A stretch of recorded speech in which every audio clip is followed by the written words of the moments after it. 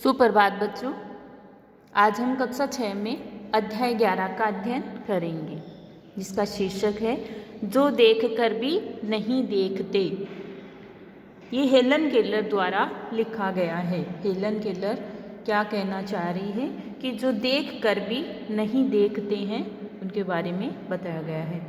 कभी कभी मैं अपने मित्रों की परीक्षा लेती हूँ, ये परखने के लिए कि वह क्या देखते हैं। हाल ही में मेरी एक प्रिय मित्र जंगल की सैर करने के बाद वापस लौटी।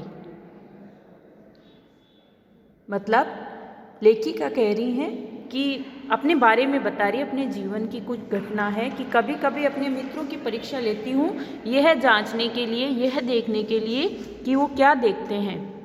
अभी थोड़े दिन पहले ही उनकी एक सहेली है जो जंगल की सैर करने के बाद वापस लौटी है। मैंने उससे पूछा, आपने क्या क्या देखा? कुछ खास तो नहीं, उसका जवाब था। मुझे बहुत अचरज नहीं हुआ क्योंकि मैं अब उसकी तरह उत्तरों की आदी हो चुकी हूँ। ऐसे उत्तरों की आदी मतलब अभ्यस्त हो चुकी हूँ, आदत हो चुकी है। मेरा विश्वास है कि जिन लोगों की आंखें होती है वे बहुत कम देखते हैं। लेखिका का क्या विश्वास है कि जिन लोगों की आंखें होती हैं वे बहुत कम देखते हैं। क्या यह संभव है कि भला कोई जंगल में घंटा भर घूमे और फिर भी कोई विशेष चीज़ नहीं दिखे? मुझे जिसे कुछ भी दिखाई नहीं देता, सैकड़ों रोचक चीज़ें मिलती है जिन्हें छूकर पहचान लेती हूँ। मैं भोजपत्र के पेड़ की छाल छूकर पहचान लेती हूँ। भोजपत्र के पेड़ की चिकनी छाल और चीड़ की खुरदरी छाल को स्पर्श से पहचान लेती हूँ। बसंत के दौरान मैं टहनियों में नई कलियां खोजती हूँ। मुझे फूलों की पंखुड़ियों की मखमली सतह छूने और उनकी घुमावदार बनावट महसूस करने में अपार आनंद मिलता है। इस दौरान मुझे प्रकृति के जादू का कुछ एहसास होता है। कभी जब मैं खुशनसीब होती हूँ तो टहनी पर हाथ रखते ही किसी चिड़िया के मधुर स्वर कानों में गूंजने लगते हैं। अपनी उंगलियों के बीच झरने के पानी को बहते हुए महसूस कर मैं आनंदित हो उठती हूँ। मुझे चीड़ की फैली पत्तियाँ या घास का मैदान किसी भी महंगे कालीन से अधिक प्रिय है।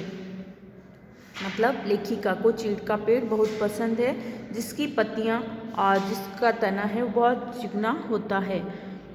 उसको कालीन से भी अधिक प्रिय है। कालीन यानी बिछाने का जो चटाई होती है उससे भी ज़्यादा प्रिय है। बदलते हुए मौसम का समा मेरे जीवन में एक नया रंग और खुशियाँ भर जाता है। कभी कभी मेरा दिल इन सब चीज़ों को देखने के लिए मचल उठता है। अगर मुझे इन चीज़ों को सिर्फ छूने भर से इतनी खुशी मिलती है तो उनकी सुंदरता देखकर तो मेरा मन मुग्ध ही हो जाएगा।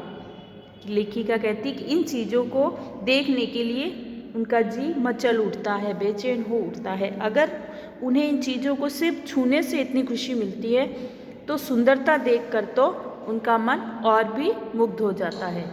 परंतु जिन लोगों की आंखें हैं वे सचमुच बहुत कम देखते हैं। इस दुनिया के अलग अलग सुंदर रंग उनकी संवेदना को नहीं छूते। मनुष्य अपनी क्षमताओं को कभी कदर नहीं करता। वह हमेशा उस चीज़ की आस लगाए रहता है जो उसके पास नहीं है।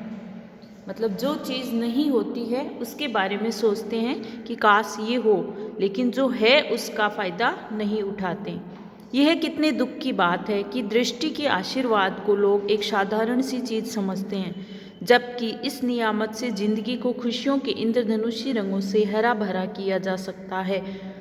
कि जिसके पास आंखें हैं देखने के लिए, वो इस प्रकृति का आनंद क्यों नहीं लेते? जो देख कर भी नहीं देखते, मतलब अनदेखा कर देते हैं, उन लोगों के बारे में बताया गया कि उनको भी वो चीज़ें देखनी चाहिए। तो ये अध्याय जो पढ़ा है इसको वापस पढ़ना और याद करना। धन्यवाद।